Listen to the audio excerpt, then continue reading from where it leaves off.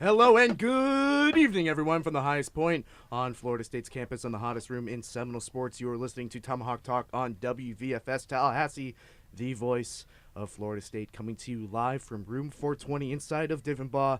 Save your jokes at the door. I am your host, Nicholas Carlisle, bringing you the latest, greatest, and Florida Statist in everything sports, or at least as much as we can fit within the hour for people all around the world. And of course, you can find us on Twitter at talk_tomahawk. We have Gianna on the Twitter tonight, and you can call into the show at 850-644-1837. That's 850-644-1837. I hope everyone had a very relaxing and revitalizing Thanksgiving break, and I hope your dinner table wasn't filled with too many politics and your stomach was full of mashed potatoes. Seriously, my mother makes the best mashed potatoes. I know. Is that a challenge? That's a challenge. Like I know that everybody's mother makes the best mashed potatoes in the world, but I will force feed you my mother's mashed potatoes. Marilyn makes the best mashed potatoes. She makes the best mashed Mom, potatoes. I love you. Thanks for making mashed potatoes and feeding a starving college student. Thanks, Mom. Every college student streams just come home and see a table full of food that's not ramen noodles. Well, I'm sure my mom made some pretty damn good. Well, we'll get mashed to potatoes. we'll get Thank to you, that. Mom. Shout out to you.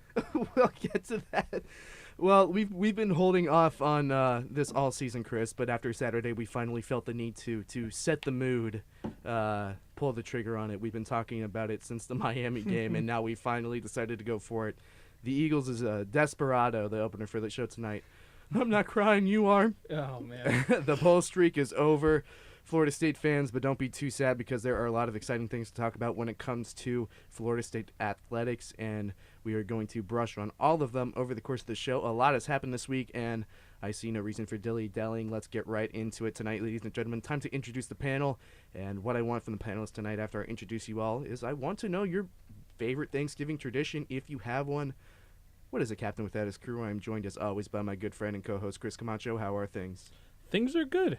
It's good to be back. Usually the end of Thanksgiving break means 3 more weeks left in the semester, so it's really just a 21-day countdown. So, your favorite Thanksgiving tradition, and also I want you to tell everybody what you told me before the show about your kneecaps. About my kneecaps. Oh man, that sounds suggestive. Anyway, for Thanksgiving, normally back home in California, we would go over to my tito's house or my grandfather's house. My family gets together and everybody brings their favorite dish. It's not unlike we don't do anything super out of the ordinary, I guess. Really? Yeah. I thought. I mean, there's more Latin influences in our dishes, but it's. Is it? I was gonna Just say. don't even go there. Is it tacos? But Is it? no. Wow. I'm sorry. It's extremely ignorant. And to my right, It's not just mashed potatoes. It's not just mashed potatoes. To my right, making his Tomahawk Talk debut, we have Austin Reynolds. How about you, my friend? I'm doing all right. It was kind of a rough weekend to be me, the sports fan, because Falcons did not do that hot on Thanksgiving Saints. night. I'm Yeah. sorry? Who dat? Oh, I forgot about that. Yeah. Yeah, but FSU, don't need to say much more. But yesterday, Atlanta United did pull out the win, so very Okay. happy about that. I see you rocking the Atlanta Yeah. United hat How right How now. about them Braves? They got Josh Donaldson, and I am so happy about that because even if it is just a one-year deal, kind of like a prove-it kind of thing, I'm very excited for the trajectory of this team. No, I think so too. Josh Donaldson finally getting an opportunity to kind of resume that status that he had a couple years ago. He's kind of been in a dry spell with a couple of teams that haven't exactly panned out for him. And, Atlanta is a on-the-rise team, of course, breaking that playoff drought this past season. So that's going to be extremely interesting. Okay, Mr. Carlisle. I see you talking baseball. I see you. I rehearsed that in front of the mirror. Did you? I bet you did. I bet you had Gary write that for you. Actually I have Gary in front of me with one of those With the cue cards? with the cue cards Yeah. that says talk about Josh Donaldson. And finally, My favorite Thanksgiving moment? oh yeah, Yeah, go for it. you got. I was assuming you forgot about it, so I was going to move on. But yeah, Gotcha. Go ahead. Back home in Atlanta, well, just north of Atlanta, but everybody calls it Atlanta anyway. On the streets. Exactly, yeah. My parents and I would usually go over to my grandparents' house a couple hours south of us, and we would just play board games together until it was time to eat, and then we'd stick around talking about NFL, NASCAR, though that was a pretty one-sided conversation. But just generally talking about whatever comes to our mind for 8 hours at least until one of us says, "All right, it's time to go home." But now that I'm down in Lakeland, my family just moved there about a month ago. We had a pretty low-key Thanksgiving, but still pretty fun. Yeah, good to hear, good to hear. And finally, rounding out the panel tonight, we have our Tomahawk Talk producer, Sebastian Angel Riano. What about you? How's it going, ladies and gentlemen? To be honest, I was a little surprised at the music selection, not because of the reason or what it was, but the reason, because I thought you, like I said earlier, you picked that song because you knew it was the last F1 weekend of the year, and Sebastian, I think you're the only one in this room rounded. that knew that. Yeah. I know. Great week. Well, except for the weekend, it was a great Thanksgiving break. Got a lot of rest, which is, I think, what I needed the most, to be honest. And a Thanksgiving tradition. Well, me and my brother back home, what we would do for a long time. This year, we did it for a bit, but not as long as we usually do. Instead of like going out and throwing a pigskin in the front yard or the backyard, what we kind of do together on Thanksgiving is sit down and play Super Mario together. Super Mario Galaxy. We started the tradition when the game came out, the year that game came out, and it just became like a sit down, try to beat as much of the game as we could within before Thanksgiving dinner. And we don't do a lot together, but that's like the one thing that we do year in, year out. That's like our kind of bonding activity for the year. And see, that's actually really nice, because I thought you were going to say Mario Kart, and I'm like, well, that's almost as worse as talking about politics at the dinner table. Our heated game was never Mario Kart. It was actually Super Mario Baseball. Oh my god! It's the wow. Super Mario Baseball. Superstar Baseball. I will like that? both of them. Superstar Baseball and Sluggers. I will confess to one of my gravest sins on air here. Be careful. Mario Superstar and Sluggers were the only two games that actually managed to make me stand up, go to the cube or the Wii, and turn it off out of anger mid-game. Oh man, That's how heated we got. that's a big no-no. If you're I mean, he would always cheese with the heaviest hitters like DK and Bowser. That's all he did. Speaking of going to something and turning it off, we wish we could have done that to the Florida State game this weekend. Segues windows upon wouldn't turn segues. But the anyways, windows wouldn't turn off in the press box. Exactly. As far as my Thanksgiving tradition, and we don't do this anymore, but I still have very fond memories of this. Of course, Thanksgiving about less than a month removed from Halloween, and we would always used to have this candy left over, and particularly we used to have a lot of Butterfingers. And my dad, when he was a teenager, he worked at Caravel Ice Cream.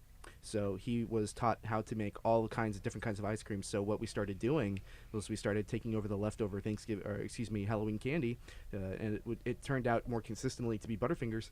And we started chopping up, and my father made Butterfinger ice cream, and that was always the one thing that everybody did together, and it was always a really nice process. And now we do that for Christmas, because we go to my grandfather's every year for Thanksgiving, which is nice. But yeah, that's Real quick, I did actually, as everyone was talking, I got to think see, I knew I it. thought of something, but no, it's different, because it's not a tradition I have back home in California. But obviously, coming here and being in Florida, I've actually spent Thanksgiving every year in someplace new and different, which is kind of cool, actually. So it's a tradition of not having a tradition. It's a tradition Does that still count? of spending it with different families, I guess, and that's honestly what's made my transition here in Florida a lot nicer. You spend it with different families and you find out everyone else's traditions, and so that's been an enjoyable experience for me. Chris Camacho, Austin Reynolds, Sebastian Andriano, and once again, I'm your host, Nick Carlisle. And are you guys ready to go? I Let's mean, just I rebel. guess. Might as Are well. you guys ready to go? Yeah, Okay, let's do good. it. It's time for the Off the Top segment, which, if you recall, is the segment where I take a look at the past week in sports and pick something, throw it at our panelists, making them come up with answers off the top of their head at the top of the show. And this week, the NCAA is looking for a replacement for the outdated RPI rankings for college basketball, and in doing so, they released the first net rankings. I'm assuming that's what the abbreviation is it's NET, but it's net. I don't know if they're going to call it strictly that. And I don't know if you saw these, but they are pretty awful. In these rankings, Ohio State is ranked number 1, having beaten 4 below 200 ranked teams. And Loyola Marymount, not to be confused with Sister Jean and Loyola Chicago. Loyola Marymount. Yeah. Is it Marymount? It's Marymount. Okay, but Loyola It's a Jesuit Marymount school. is number 10 ranked in these rankings, and They won their opening game of the season against a team that's not even affiliated. And this one is probably the biggest head scratcher. The Kentucky Wildcats are ranked 61 or 61st in these rankings. Guys, obviously these rankings are pretty bad. Florida State was ranked 44th, in case you were wondering. Not that that has any bearing over the quality of the ranking system. I think that pretty much is easy to see how kind of wishy-washy these rankings are. But I'm curious to know your ideal ranking system for college basketball. To put it in perspective, the net rankings are formed by strength of schedule, game results, net efficiency, winning percentage, and location of the games played, whereas the RPI didn't recognize margin of victory or the locations of the games. But in the net rankings, the margin of victory doesn't go over 10. So say Gonzaga beats Kansas by 15 points, Gonzaga will only get credit for the margin of victory of 10. That's about as high as it goes. So with that all being said, what factors would make up your ranking system? Chris, I'm looking forward to seeing you struggle with this question. So we'll throw it over to Sebastian first. Wait, hold on. Excuse me. Yeah, I'm gonna let Chris run that back. Okay, I guess Chris is Excuse me. Okay, Chris, you want it? You got it. No, I don't know what I'm talking about. What am I saying? No, I'm kidding. Okay. No, I think, listen. Quick, shut his mic off. I think that the basis for these net rankings, there's good intentions with them, and I think there are things that should be taken into consideration. However, I think it's too soon, as it is with most rankings. It's too soon in the season. Maybe Ohio State has some really high quality wins. Maybe they've blown out. I haven't seen their scores. I haven't seen how badly they've beaten these 4 under 200 teams. But I have a feeling that as the season progresses, maybe then this ranking system will start to make more sense, but it's just too small of a sample size. I like what it's got. I think it just needs more time, maybe. I don't know. Austin? I'm kind of in the same vein as Chris here because, I mean, when you take into account something like strength of schedule, a lot of the teams are going to be playing some of these cupcake squads earlier on in the season before they get into their own conference play. So the rankings are going to be kind of wonky there. But I agree that it's a little too early to evaluate it or be getting your pitchforks ready for a new system because there are some kinks to work out, and I think it'll level itself out over the course of the season. So if we still have the Loyola Marymount or whatever on top after 34 games have been played, then it might be time for some concern. But right now, I'm withholding my judgment. Boom. Yeah, I just have a few questions before I really give my input. First off, is the entire process automated? Is it just like because that number of I believe there's a lot of algorithm that goes into it, yeah. But there is also a committee that is running the algorithm as well. Okay. Well, I mean, and I think that part of the job falls onto the committee because if you're looking at like Chris says, if you're looking at squads that are padding their stats against smaller colleges across the country, and let's say there's just a 5-0 record for one school who's beaten some schools and what would be like significantly smaller schools within that 5-0 record, that's still just to the numbers machine. It's just a 5-0 record with really good results against schools, maybe away, and some away wins, some home wins. That must be really good. At that point, you have to. That's like the committee's job to say, well, we gotta reel this back in. This contextually, this run isn't as impressive as it should be. One thing I will say though, because I did see this earlier today. Nate Silver of 538, one of the bigger number crunching websites out there, said, and I quote about the new rankings, these are the worst rankings I've ever seen in any sport ever. The NCAA needs to go completely back to the drawing board. So I don't know, maybe talk to him. Look, the number one Ohio State Buckeyes, their smallest margin of victory was 9 points, and their biggest margin of victory was 46. So their scores have been in between there. In between.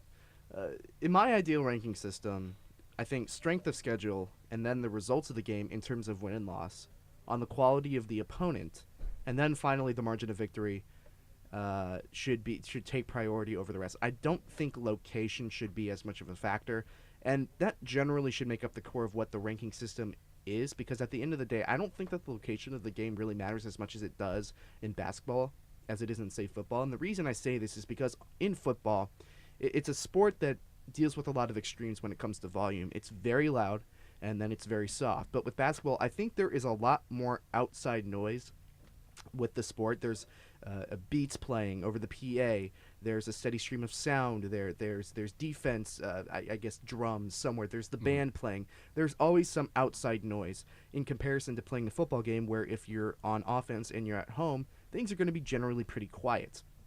Basketball just doesn't have the extremities that other sports have when it comes to location, and I think it's quite frankly the easiest sport to get a win in on the road besides maybe baseball. I think about the in a comparison, I think about the UN game that we went to, Chris, and I remember that you could feel the stadium shaking. It was so loud. Now, there's a difference between a crowd of 80,000 people and 12,000 people, which is what the Tucker Center holds, for example. Sure, you have fans screaming at you, you have the band playing, but it's not that bad comparatively. It rarely gets ever loud enough to shake the communication of a defense, for example. So I think that a 20-point win at home and a 20-point victory on the road should obviously be weighed with greater reward for the away victory, but definitely not as much as the net rankings might have them right now. So that was the Off the Top segment brought to you by me, sponsored by me. So I have a confession to make.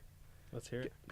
Normally, I spend a few hours to prepare for the show, but for this show, I decided not to prepare for the first half.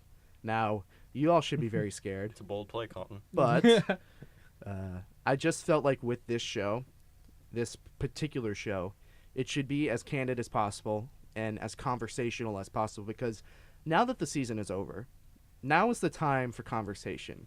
For the past 12 weeks, it's been about, okay, so the game went this way. What can Florida State do better? What is Florida State doing well? What can they do next week? And how are they going to combat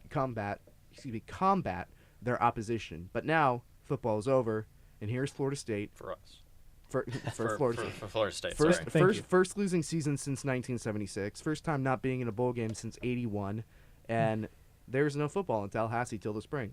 Obviously, with the win at Boston College a couple weeks ago, things were looking up for this football team. Momentum appeared to be on the side of FSU, and I don't think many people saw the Florida game going exactly the way that it did. The entire panel picked Florida State to win last week, the first time that's happened since maybe the Wake Forest game. Yeah, Florida State losing 41-14, losing the streak, not only winning the streak of winning or 500 ranking seasons, losing the bowl streak, losing the streak of 5 straight wins over Florida. This was a real backbreaker for this team. A lot of losing. Yeah, just rattle them off. And it kind of sums up how this season went for Florida State football. I would agree. But at the same time, I kind of look at it like I would a winning streak, in the sense that now there's no pressure. There is nothing now for Taggart. There's no pressure on him to keep something going.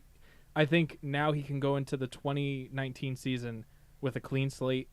There's a lot to look forward to in that season. It's just, but I would agree, this is a summation of how 2018 has gone. You really think he has nothing to worry about? Well, I mean, okay, that's not true. He's got something to worry about. Well, I would say so. But I would think there was a lot of pressure on him going into this, and now that's one less thing he has to worry about. I think there's just a certain amount of pressure at being at a program like Florida State, and Sure. I think Taggart knows this already. I think that was He talked about it. That was press one of the first things he said, Mhm. is that there is a culture here. And obviously, one of the hardest jobs that he's had this season is to establish that culture change the locker room. But he understands that this is Florida State. This is a program that has a lot of prestige.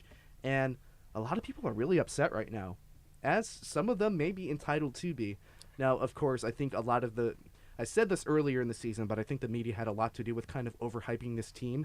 Mhm. I mean, if you want to take a look at some of the things that we said, it could be an entire I skipped it segment in itself. We were thinking New Year's Six Bowl. We were thinking 10 games. We were 10 thinking wins. 10-win seasons. Yeah.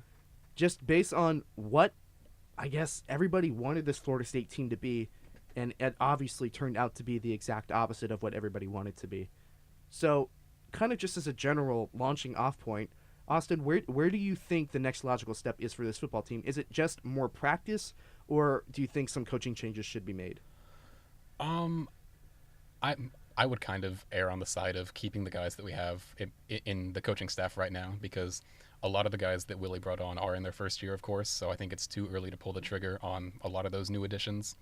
But one area of concern that has basically been there all season is the offensive line, and pretty much immediately following the game in the press conference, Taggart spoke to that concern, and he said that rather than trying to throw some new recruits into the fire at the beginning of next season, he wants to develop the guys that we had in the rotation towards the end of this season, which I can appreciate, because just throwing guys into the fire would be, in essence, a repeat of this season. So we can't really handle another disappointment of that caliber. So I respect his decision to stick with his guys, but offensive line would be the first area of concern for me because we have a great core of running backs, even with Jacques Patrick departing.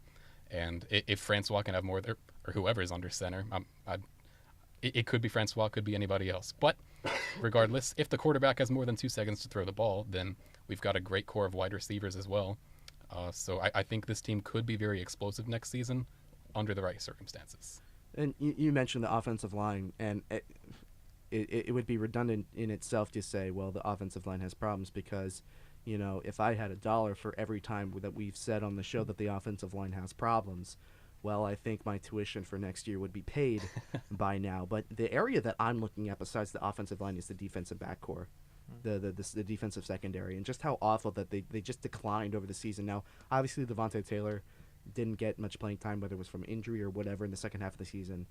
But you take a player like A.J. Westbrook, who's also departing as a senior, and I said this on the show either last week or a couple weeks ago, there would be a lot of touchdowns, and it's not just A.J. Westbrook, but there would be a lot of touchdowns, and especially the pass interference penalties that would not exist if these defensive backs just learn to turn their head and look at the ball when they see the eyes of the wide receiver.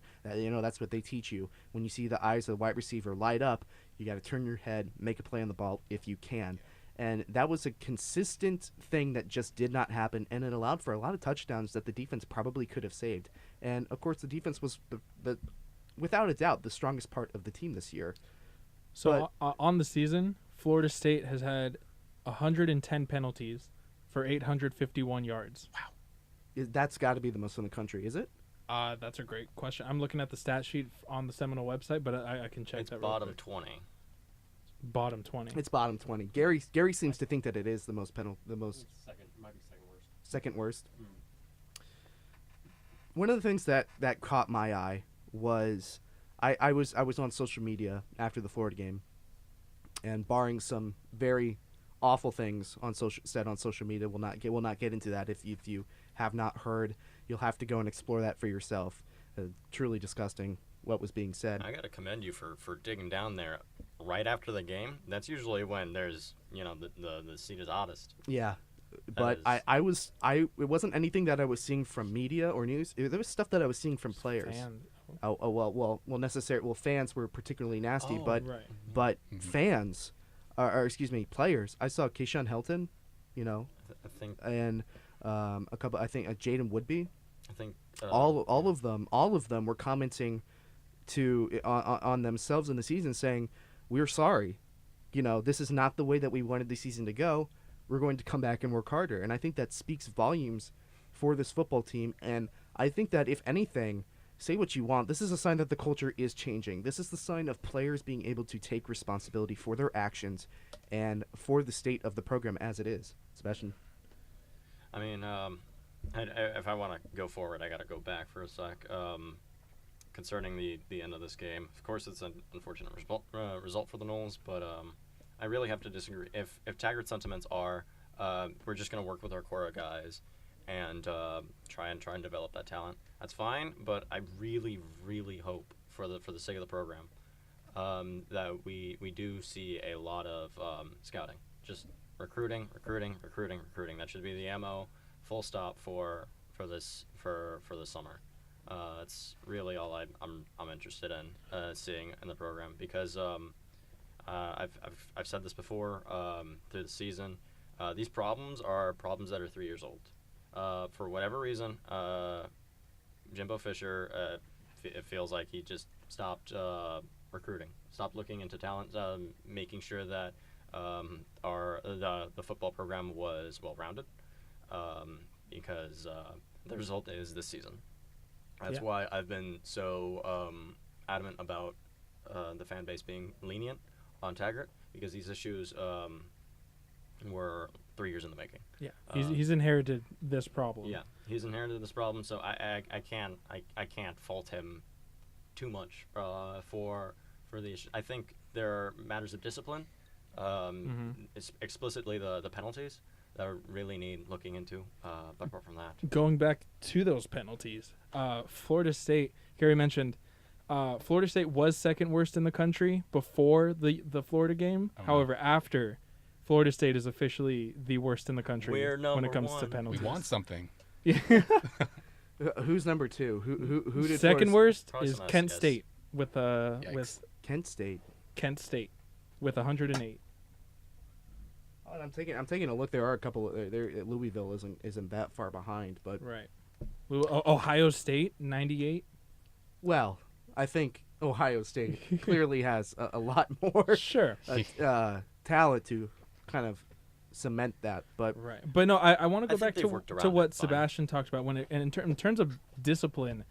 I would agree. There's a lot of who was it? This Asante Samuels with throwing the there punches. was I was going to comment. There were a lot Right. of punches thrown this season, probably more than the past couple seasons combined. Right. At least that we saw. And doting on that. That's also part of the culture. You can like going on Twitter after the game and saying, "Hey man, we're sorry we screwed up. I take full responsibility." That's fine. I mean, PR speak. For me, it doesn't feel genuine. It feels like PR speak. But Actions at speak least louder you're than words. going out and saying something. I respect that. But you got to practice what you preach. If you're sorry about it, don't do it the next week. Unfortunately, now they got to wait 9 months before they can put that practice into practice. throwing punches means you care. It sounds terrible, but throwing punches means you care. It's just that the passion you have is terribly misaligned, to say the least. I just want to see more discipline from this football program. Discipline is one of the major focuses that obviously I think everybody is pointing to. You can't be the worst team in the nation when it comes to penalties and expect to win very much. And a lot of people are pointing to, well, last year's team won more games than this year's team, and therefore Taggart is a worse off coach because there's a losing season and yada yada yada. And that's the general. I want to say the casual football fans digest. That's the article of the casual football fan. But you got to remember, last year the only reason that the Florida State Seminoles even made it to a bowl game was because the NCAA rescheduled the Louisiana Monroe game at the very end of the season. And my boy Odell. Odell Hagen's undefeated as head coach. Right. Yeah. Odell Hagen's. Well, maybe He's a maybe Seminole he should hero. return it. Oh, Just kidding. But of course. The world needed him most. But I think what I'm most excited about when it comes, and this is already being very speculative, I'm really excited to see the offense get a lot more time under its belt because, of course, it's going to come up around a year now, maybe a little less than a year when Taggart, got the hire, and it's even more so down the line when the football team actually started practicing and learning this new Gulf Coast offense. Now that there's a year under this offense, Austin, where do you think the next logical step in the offense is? Is it going to be a little bit more experimentation? Do you expect to see more trick plays? Is there going to be still that commitment to the running game, which really pains me because there were a lot of times this season when Florida State should have abandoned the run game and stick to the guns that were working for it?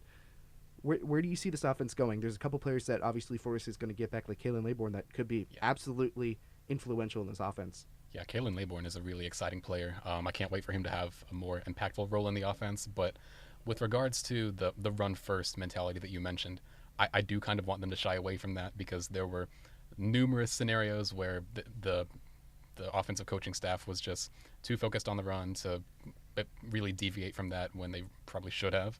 And even in the student section where they probably don't pay as much attention to the game as we do, they kind of caught on to that as well.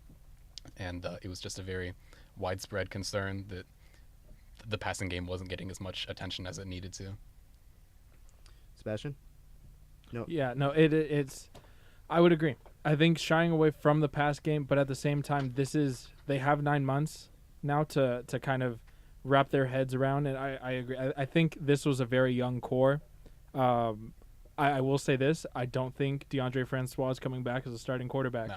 I wouldn't put my money in that pool either. Right. I think at this point, and I said this on the show last week, and I know I keep alluding to past shows, but it's kind of rewarding to see stuff that you say just come back. It's like a lazy Susan, and it always comes back around. But at this point, DeAndre Francois isn't the quarterback for this football team, and he can try and declare for the draft, but I don't think he's an NFL-ready quarterback at all either. And I think he could have been, but it's very unfortunate to say, but Florida State ruined DeAndre Francois' career. I could agree with Plain, that. plain and simple. You don't take a quarterback that is tough as nails. I remember the first game watching him, the Ole Miss game, where he got absolutely destroyed by the Ole Miss defensive That line. one hit in the Miami game. The one hit in the Miami game, several hits. and the countless, pages full of hits that he's taken since then.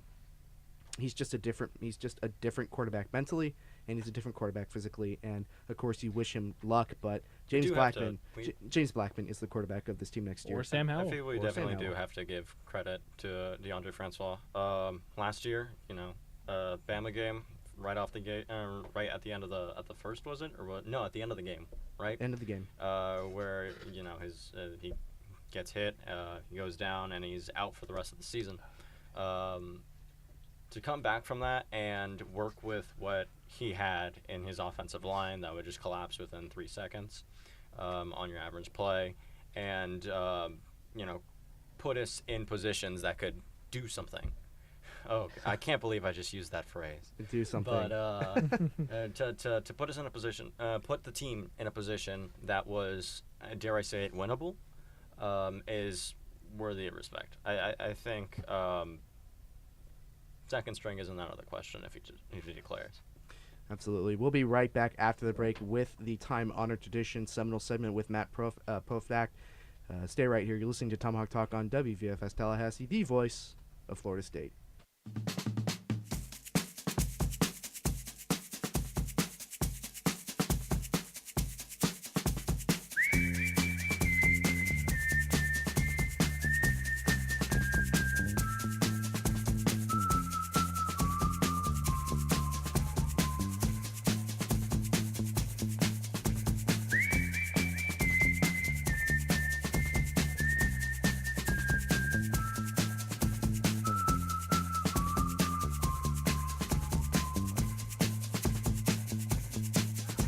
If I told you things I did before, told you how I used to be, would you go along with someone like me? If you knew my story word for word, had all of my history, would you go along with someone like me? I did before and had my share. It didn't lead nowhere. I will go along with someone like you. It doesn't matter what you did, who you were hanging with. We could stick around and see this night through. And we don't care about the young folks talking about the young side. And we don't care about the old folks talking about the old style too. And we don't care about the wrong folks talking about their own style. All we care about is talking on me and you. Good evening, Tallahassee. This is Matt Poftak with your Seminole segment. Florida State women's volleyball star Peyton Caffrey was named ACC Player of the Year today. The Florida native Caffrey finished the season leading the Atlantic Coast Conference in kills per set, points, and points per set. Her 346.5 total points in ACC play is 30 points higher than the next player below her. Caffrey and Pitt's Kayla Lund led the ACC, receiving the Player of the Week award 3 times each this season. Caffrey becomes the third player in program history to win ACC Player of the Year, joining Brianna Berry, who won the award in 2009, and Ashley Neff in 2012. Sophomore middle blocker Taryn Newth joins her on the All-ACC first team, while senior libero Kelsey Wyszynski was named to the All-ACC second team. The Seminoles now turn their attention to the NCAA tournament as they take on in-state rival Florida in the first round this Thursday at 4:30 p.m. With a nail-biting 1-0 victory over Penn State, the Florida State women's soccer team is heading to the NCAA Women's College Cup for the 10th time in school history. In the match this past Friday, Penn State controlled the game in the first half, but were unable to capitalize with a goal to show for it, and in the 53rd minute, Denia Castellanos punished the Nittany Lions with a rocket of a shot into the top corner of the net. Penn State continued to attack, but with strong defense and excellent goalkeeping from Caroline Jeffers, the Seminoles would hold on to secure the victory at Seminole Soccer Complex. The number 5 ranked Seminoles will take on top-seeded Stanford Friday, November 30th at Wake Med Soccer Park in Cary, North Carolina at 7:30 p.m. The match will be nationally broadcasted on ESPNU. That's all for the Seminole segment. This is Matt Povtak. Now back to Tomahawk Talk with Nick and Chris. Thanks so much, Matt. Welcome back to Tomahawk Talk on WVFS Tallahassee, the voice of Florida State. That was Matt Povtak delivering a fantastic Seminole segment. One of my favorite parts of the show. It really gives the anchors that you hear during the week an extra chance to shine, and Matt just did a fantastic job. So just some, I know we've talked a lot of football over the course of the season, of course, during this show. Just some final thoughts wrapping up. I kind of hinted at some coaching changes. I asked whether any of you felt like there was anything that needed to be done. In Austin, you said no. But I think if there was one thing that I would change coaching-wise, I think that special teams coordinator Alonzo Hampton needs to go. I think that the special teams was kind of quiet this year in terms. It wasn't as bombastic as it was a couple of years ago, where there were kick returns being returned left and right, and everything seemed to be falling apart. But there wasn't a lot of mental, I guess, smartness with the special teams unit this year. There were a lot of times where there was a lot of open grass and players elected to fair catch it when there was at least 20 yards of open field. There were a lot of bad decisions when it came to running the ball out. And I think that overall that unit was just very poorly coached as a whole, and especially Ricky Aguayo missed a lot of field goals this year. Of course, Ricky kicks the ball with a pretty low trajectory. But the unit, I think, was probably the weakest, even, and that's including the offense. The special teams unit was the weakest this year, and that is the one coaching change that I think that I would make this offseason. I would keep Walt Bell. I would keep Barnett. Keep them together and see what they can do with this new offense and kind of stabilizing the defense. Because speaking of that defense, they pretty much did let Felipe Pranks do whatever he wanted. Statistically, what he did against the Seminoles was what he did the week before versus Idaho. A very, very poor game. And that kind of just wraps up the season for the Seminoles. Just kind of just disappointingly poor. They're But with hope for the future. With hope for the future. And it's kind of sad because as a senior, you don't necessarily get to see that develop. And the last words that I'm going to be saying about Florida State football until the spring game in 2019 is, well, it's disappointingly poor. Well, I can tell you who can come in and coach them is my mother. 'Cause she insists on drilling them to pieces. My dad was actually telling me during the Gator game that he was a little scared because of how angry my mom was getting. But love her. She's a passionate woman. Hi, Mom. Thanks, Mom. Moving on to the I Skipped It segment, which I've only done it once so far, but it's the segment where I turn back the clock a little bit and take a look at a take that I had earlier in the year, and the rest of the panel kind of gets to make fun of me for a hilarious bad take. I'm perfect most of the time.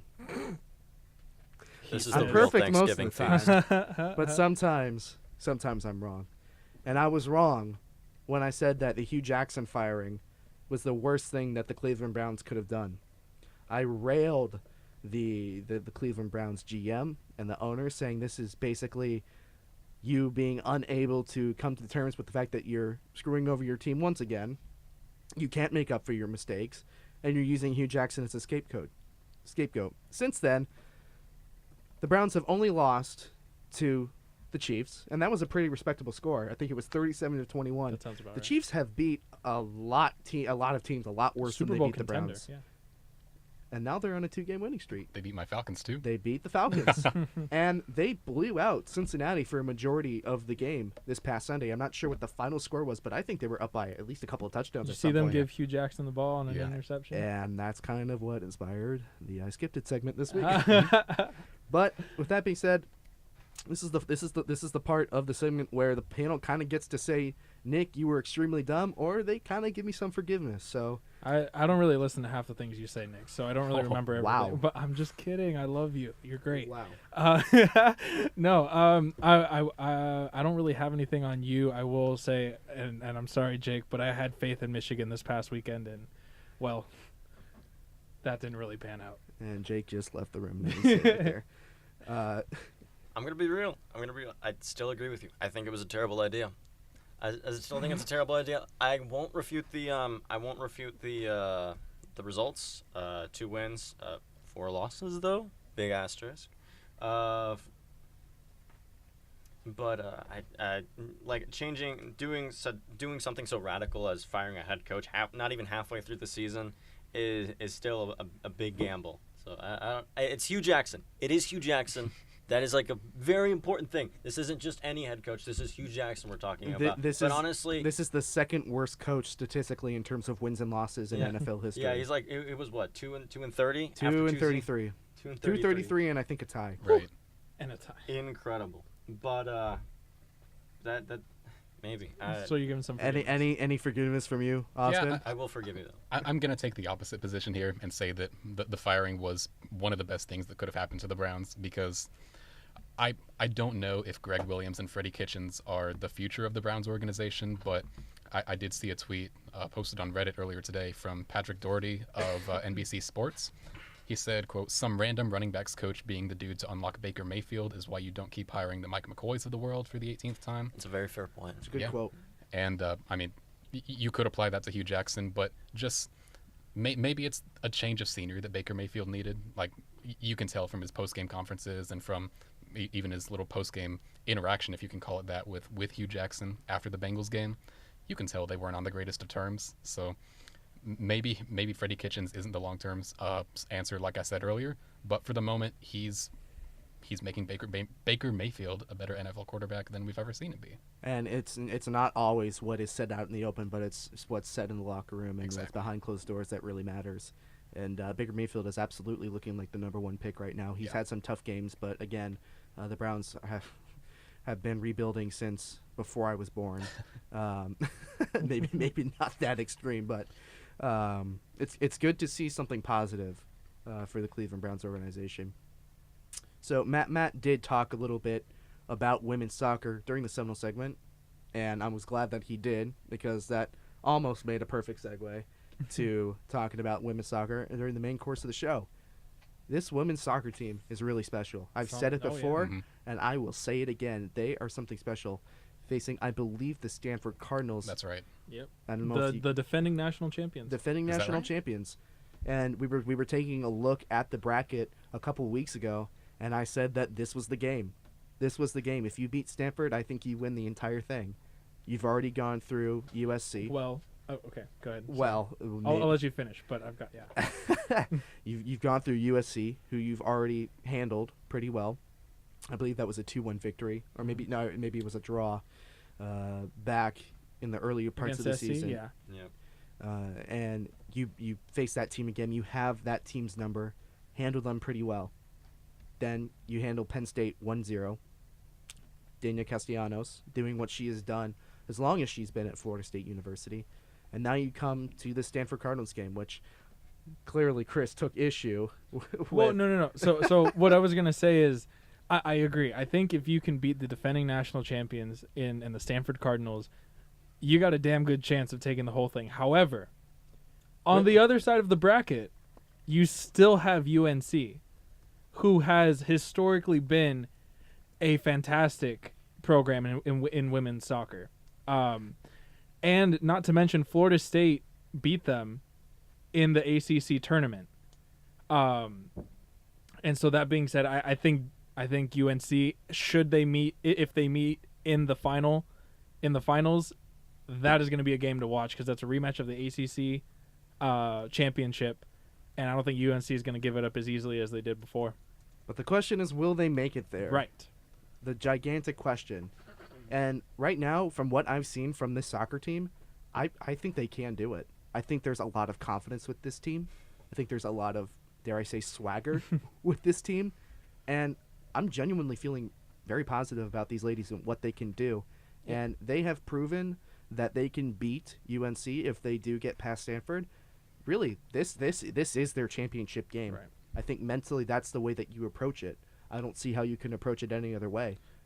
How do you see this going, Austin? I definitely agree with you in the confidence department, because I mean, Stanford, I was checking out the bracket before the show, and they're coming into this game just guns blazing. It's not like they've been coasting through the bracket. They have scored 9 goals and only conceded 1 in their bracket run so far. And I believe Florida State has scored 6 and conceded 2. So scoring at a little bit slower pace. But this is, I believe it's going to be a barn burner. But you really think so? I mean, barn burners aren't that common in soccer anyway. But it'll be a spectacle. That's the word I was looking Spectacle. for. Yeah, I would agree. I think Florida State, the last game against Penn State was dominant. Yeah. That was all Penn State. And that's what I was going to say after. I'm sorry to cut you off. No, it's no. not. Despite what the score has suggested, Mm-hmm. Florida State has really come over some really tough challenges. Absolutely. Down a couple of goals versus who was it in the ACC tournament? It was before, or was it the title game? No. Where they were down? I think it was versus Virginia. I believe that's right. Correct me if I'm wrong. It was against Virginia. It was see, I knew it was right. See, this is why we have the I skipped it segment, because as I said, I'm perfect in every way. I'm kidding. They have that struggles versus Virginia. They give up, a lead or during the title game, Mm-hmm. and now that they play a Penn State team that was more or less pretty dominant. Right. And they've overcome these challenges. And when you're playing like that and you're overcoming those challenges, there's not that much that can phase you. Speaking of not being phased, switching sports here, how about the women's basketball team? They suffer a pretty bad loss to LSU, not scoring a single point in the second quarter. So to connect it from soccer to to women's basketball, I was at the USC game. I believe that was 2 Sundays ago. I was at the soccer game, was there for the first half, and then I knew the LSU game was happening, so I went. Me and my buddy and from Orlando, we went over to the Tucker Center. We're there for maybe the latter half of the second quarter, and we were like, no, we're going back, and we actually got to catch the PKs in the SC game. But yeah, that was a rough game to watch. You come from the LSU game, which Florida State looked anemic at best, and then you come back, head to the Bahamas, and you win the Junkanoo Jam title versus number 12 ranked Iowa. Pretty close score, 71-67. Nia Woolfolk, 25 points, 8 for 16 shooting, 8 for 11 free throws. This is really encouraging because when we had Arya Masudi on the show a couple of weeks ago, we all pretty much universally agreed that the exciting thing about this Florida State women's basketball team is the youth and how they're going to overcome adversity. This was probably the biggest showing of overcoming adversity that you could have seen from this team in such an early part of the season. We haven't even hit ACC play yet, and they come We haven't back. hit 2019 yet. Well, Still a lot of basketball. Still, there's a lot of basketball to play, exactly. And you come back after really a very embarrassing loss. Even so. Well, actually, even so, in the LSU game, they were still able to battle back. They brought it in to within 13, which I mean that's still a significant margin. Still. But they battled back.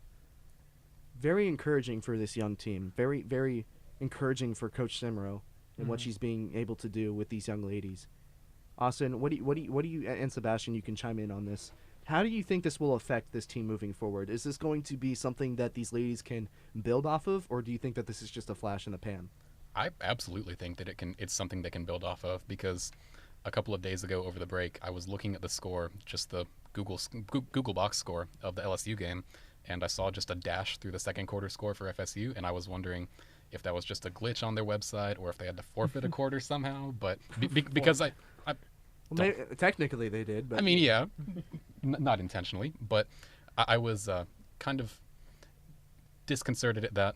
But looking back at the progress that they've made since then, able to take down a ranked opponent, very impressive win there. I think it's absolutely something they can gain momentum from moving forward, even if it is early in the season.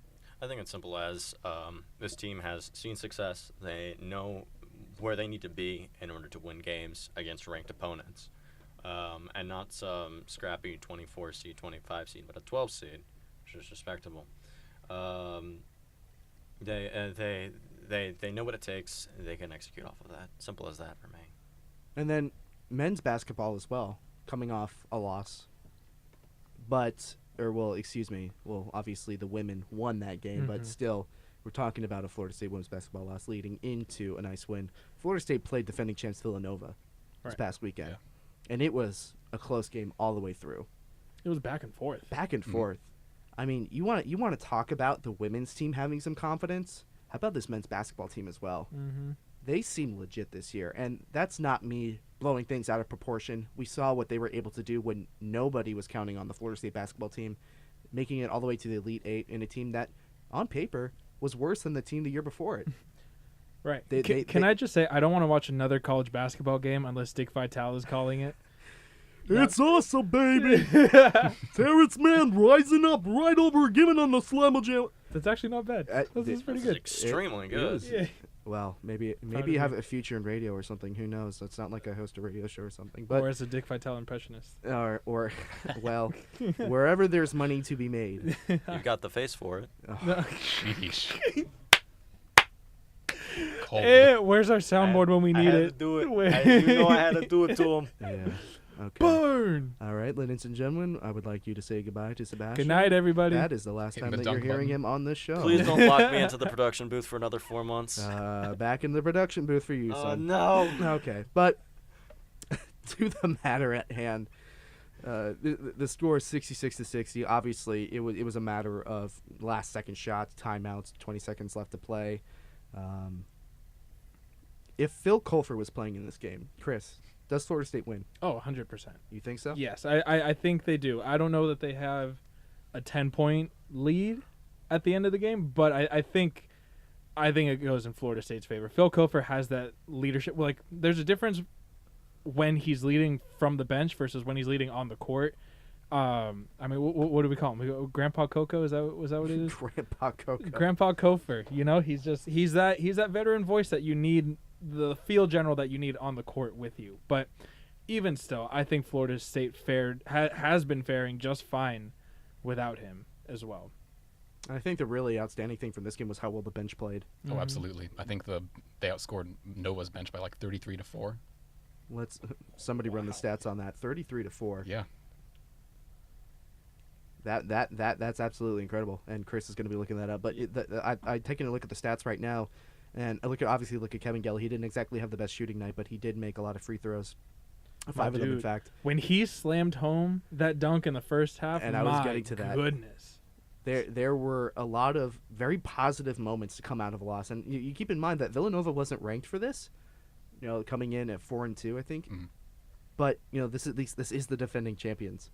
And Florida State really went toe to toe with this basketball team, and looking forward, they play Purdue on Wednesday night, I believe. Looking forward to this matchup. 69.9% chance that Florida State wins this game. Nice. That doesn't mean anything in college basketball. That doesn't mean anything in college basketball. I know we like to look at the numbers for college football, mainly just to look at what pitiful percentage ESPN has Florida State winning, or had them winning. I think the record low was 9% versus Notre Dame. But looking at the numbers here, obviously number 19 ranked Purdue, number 15th ranked Florida State. Florida State is Florida at home State here. yesterday actually was favored to win that game against Nova. Apparently, it's the first time in the past 2 years that Villanova has not been favored to win a game. Really? Yeah. Really? Incredible. So you take a look at Purdue versus Florida State. Obviously, Purdue has kind of had a resurgence of basketball prowess over the past couple of years. And they come into this game averaging 85.3 points a game as to 79 points for Florida State. About the same assists, a little bit higher shooting percentage, and they do have a little bit of a rebound advantage statistically, and they are coming off of a win. Sebastian, what's the key for Florida State in this game? And Austin, you can chime in on this as well. Is it just going to be more of the same, or do you think that something might change? Do you think we might get a little bit of a different look? Just ensure that the bench has consistency like it did against the reigning national champions, and making sure shooting from range is healthy. I was going to say the bench part as well, but also just improving the three-point shooting, because I know that was lacking very much, especially in the first half against Villanova. So just making sure that guys can hit their shots, take smart shots in particular. And I think and no flagrant fouls. Absolutely, yeah. No more of that, please. Florida State shot for 25% Yeah. from beyond the arc. not great. Not a the good showing. best. It's not going to win you games. No, it's not. However, their perimeter defense, this defense has shown a lot of improvement. Like admittedly, once teams are able to break through the perimeter wall, scoring in the paint hasn't been that difficult for them, but they are not giving up threes very easily. We have about 3 minutes left, and we've talked about everything Florida State that we could have possibly talked about Florida State. So the only thing left really is the absolutely insane game between Texas A&M and LSU. Oh my goodness. The most points scored in FBS history. 7 overtimes. Tied. Imagine going. It's time for bed and telling your wife, wait, no, overtime's just starting. I'll finish out overtime and then I'll go to bed. 6 Waking hours up later. to like doubling the score from like regulation. I felt that way watching Game 3 of the World Series. Oh, that's yeah. But I What a remember game. that. We did What a that. game. more to the point. Well, it's yeah, fun. So being a Dodger fan and following Dodger Twitter, a lot of fans were like, call me when it's been 18 innings. Then we'll have a conversation. However, I wanted that game to keep going. I thought it was so fun watching them go back and forth. I was like, who's going to score? Are they going to score? And Rogers for Texas A&M, are you kidding me? Some of the catches that guy had, I almost felt it was inevitable that Texas A&M was going to take it. Unfortunately, I was pulling for LSU. If only we could get that in pro ball. Honestly, Hmm. can you imagine the college football overtime well, system? in yeah. pro ball? Well, and the game that you automatically think of is the Rams versus the Chiefs. Imagine if that game went into overtime Oh my and goodness. that rule I could take a year of that game. 100 like score over 100 points per team. Right. Maybe, I don't know. That's a fantasy world in which football never ends. Unfortunately, it's ended Football for heaven. Florida State this season. Just had to go bring it there. back to Just that, had to didn't go you? there. Just to find, and then the other huge game the weekend, over the weekend, Ohio State and Michigan. Ohio State wiping the floor with Michigan, 62-39. It got close, but then it didn't.